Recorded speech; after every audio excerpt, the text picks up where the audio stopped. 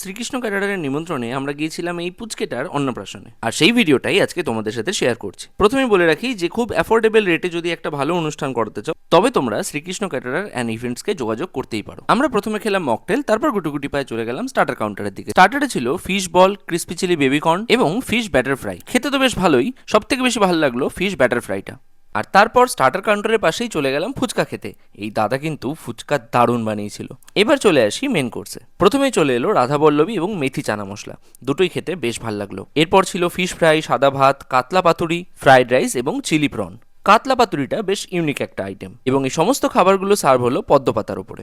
শ্রীকৃষ্ণ ক্যাটারারের নম্বর তো আমি স্ক্রিনে দিয়েই দিলাম, তোমরা যে কোনো দরকারে অবশ্যই কন্ট্যাক্ট করে নিতে পারো। খাবারের টেস্ট ওভারঅল বেশ ভালোই ছিল।